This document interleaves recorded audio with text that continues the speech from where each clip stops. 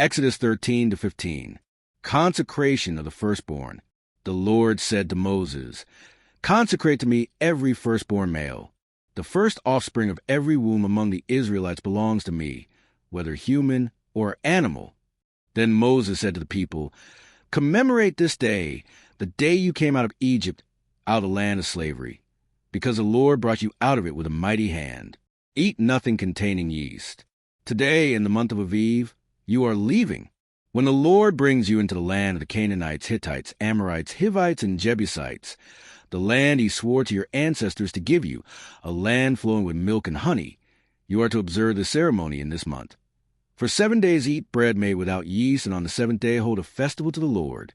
Eat unleavened bread during those 7 days. Nothing with yeast in it is to be seen among you, nor shall any yeast be seen anywhere within your borders. On that day tell your son, I do this because of what the Lord did for me when I came out of Egypt. This observance will be for you like a sign on your hand, and a reminder on your forehead that this law of the Lord is to be on your lips. For the Lord brought you out of Egypt with his mighty hand. You must keep this ordinance at the appointed time year after year, after the Lord brings you into the land of the Canaanites and gives it to you, as he promised on oath to you and your ancestors. You are to give over to the Lord the first offspring of every womb. All the firstborn males of your livestock belong to the Lord. Redeem with a lamb every firstborn donkey, but if you do not redeem it, break its neck. Redeem every firstborn among your sons. In days to come, when your son asks you, "What does this mean?" say to him, "With a mighty hand the Lord brought us out of Egypt, out of the land of slavery. When Pharaoh stubbornly refused to let us go, the Lord killed the firstborn of both people and animals in Egypt. This is why I sacrifice to the Lord the first male offspring of every womb, and redeem each of my firstborn sons.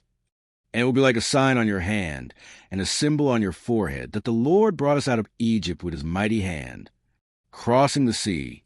When Pharaoh let the people go, God did not lead them on the road to Philistine country, though that was shorter. For God said, if they face war, they might change their minds and return to Egypt. So God led the people around by the desert road toward the Red Sea. The Israelites went up out of Egypt ready for battle. Moses took the bones of Joseph with him, because Joseph had made the Israelites swear an oath. He had said, "God will surely come to your aid, and then you must carry my bones up with you from this place." After leaving Sukkot, they camped at Etham on the edge of the desert. By day the Lord went ahead of them in a pillar of cloud to guide them on their way, and by night in a pillar of fire to give them light, so that they could travel by day or night. Neither the pillar of cloud by day nor the pillar of fire by night left its place in front of the people. Then the Lord said to Moses, "Tell the Israelites to turn back and encamp near Pi-hahiroth, between Migdol and the sea. They are to encamp by the sea, directly opposite Baal-Zephon. Pharaoh will think, the Israelites are wandering around the land in confusion, hemmed in by the desert, and I will harden Pharaoh's heart, and he will pursue them. But I will gain glory for myself through Pharaoh and all his army, and the Egyptians will know that I am the Lord." So the Israelites did this. When the king of Egypt was told that the people had fled, Pharaoh and his officials changed their minds about them and said, "What have we done? We have let the Israelites go and have lost their services." So he had his chariot made ready and took his army with him.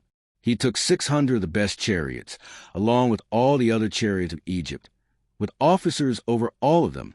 The Lord hardened the heart of Pharaoh, king of Egypt, so that he pursued the Israelites, who were marching out boldly.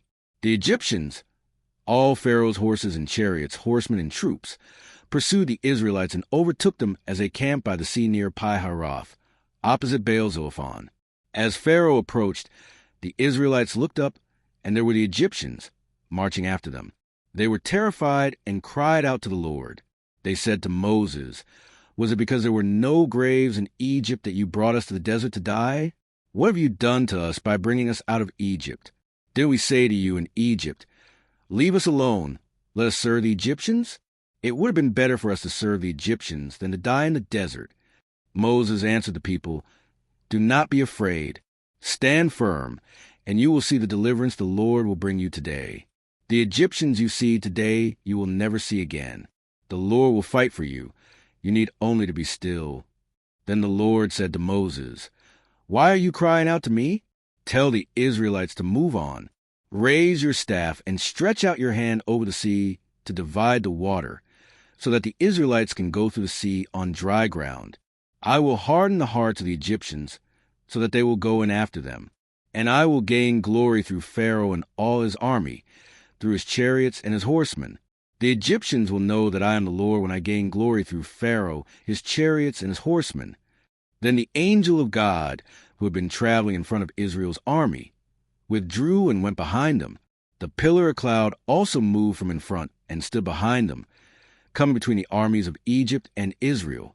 Throughout the night, the cloud brought darkness to the one side and light to the other side, so neither went near the other all night long.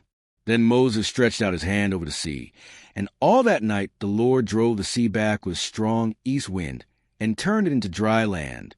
The waters were divided, and the Israelites went through the sea on dry ground, with a wall of water on their right and on their left. The Egyptians pursued them, and all Pharaoh's horses and chariots and horsemen followed them into the sea. During the last watch of the night, the Lord looked down from the pillar of fire and cloud at the Egyptian army and threw it into confusion. He jammed the wheels of their chariots so that they had difficulty driving. And the Egyptians said, "Let's get away from the Israelites. The Lord is fighting for them against Egypt." Then the Lord said to Moses, "Stretch out your hand over the sea, so that the waters may flow back over the Egyptians and their chariots and horsemen." Moses stretched out his hand over the sea, and at daybreak the sea went back to its place. The Egyptians were fleeing toward it, and the Lord swept them into the sea. The water flowed back and covered the chariots and horsemen, the entire army of Pharaoh that followed the Israelites into the sea. Not one of them survived. But the Israelites went through the sea on dry ground, with a wall of water on their right and on their left. That day the Lord saved Israel from the hands of the Egyptians, and Israel saw the Egyptians lying dead on the shore. And when the Israelites saw the mighty hand of the Lord displayed against the Egyptians, the people feared the Lord and put their trust in him and in Moses his servant. The song of Moses and Miriam. Then Moses and the Israelites sang this song to the Lord. "I will sing to the Lord, for he is highly exalted, both horse and driver. He is hurled into the sea. The Lord is my strength and my defense. He has become my salvation. He is my God, and I will praise him. My Father's God, and I will exalt him. The Lord is a warrior. The Lord is his name. Pharaoh's chariots and his army he has hurled into the sea. The best of Pharaoh's officers are drowned in the Red Sea. The deep waters have covered them. They sank to the depths like a stone. Your right hand, Lord, was majestic in power. Your right hand, Lord, shattered the enemy.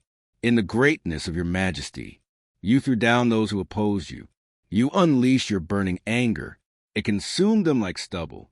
By the blast of your nostrils, the waters piled up. The surging waters stood up like a wall. The deep waters congealed in the heart of the sea. The enemy boasted, "I will pursue, I will overtake them. I will divide the spoils. I will gorge myself on them. I will draw my sword, and my hand will destroy them." But you blew with your breath, and the sea covered them. They sank like lead in the mighty waters.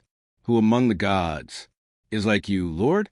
Who is like you, majestic in holiness, awesome in glory, working wonders? You stretch out your right hand, and the earth swallows your enemies. In your unfailing love you will lead the people you have redeemed. In your strength you will guide them to your holy dwelling. The nations will hear and tremble. Anguish will grip the people of Philistia. The chiefs of Edom will be terrified. The leaders of Moab will be seized with trembling. The people of Canaan will melt away. Terror and dread will fall on them. By the power of your arm, they will be as still as a stone. Until your people pass by, Lord, until the people you bought pass by, you will bring them in and plant them on the mountain of your inheritance, the place, Lord, you made for your dwelling, the sanctuary, Lord, your hands established. The Lord reigns forever and ever. When Pharaoh's horses, chariots, and horsemen went into the sea, the Lord brought the waters of the sea back over them. But the Israelites walked through the sea on dry ground. Then Miriam the prophet, Aaron's sister, took a timbrel in her hand, and all the women followed her, with timbrels and dancing. Miriam sang to them, "Sing to the Lord, for he is highly exalted, both horse and driver. He is hurled into the sea, the waters of Marah and Elim." Then Moses led Israel from the Red Sea, and they went into the desert of Shur. For 3 days they traveled in the desert without finding water. When they came to Marah, they could not drink its water because it was bitter. That is why the place is called Marah. So the people grumbled against Moses, saying, "What are we to drink?" Then Moses cried out to the Lord, and the Lord showed him a piece of wood. He threw it into the water, and the water became fit to drink. There the Lord issued a ruling and instruction for them, and put them to the test. He said, "If you listen carefully to the Lord your God and do what is right in his eyes, if you pay attention to his commands and keep all his decrees, I will not bring on you any of the diseases I brought on the Egyptians, for I am the Lord who heals you." Then they came to Elim, where there were 12 springs and 70 palm trees, and they camped there near the water.